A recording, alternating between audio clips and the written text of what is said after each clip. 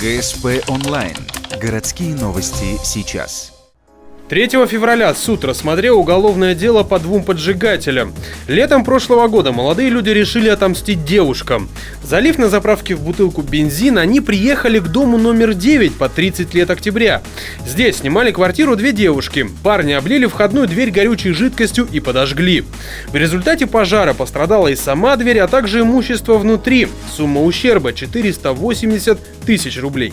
Ранее они отдыхали в компании с этими девушками. Эти девушки находились у них в гостях, и после их ухода у данных молодых людей пропали денежные средства в сумме 2000 рублей.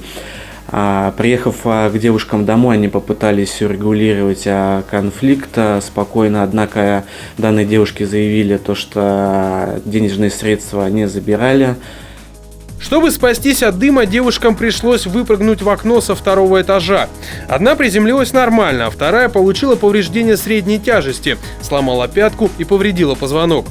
В ходе следствия молодые люди полностью признали вину. Один из них выплатил сумму ущерба. Приговор: одному 2 года условно, а второму те же 2 года, но в колонии-поселении. К тому же стоимость лечения травм одной из девушек также нужно оплатить.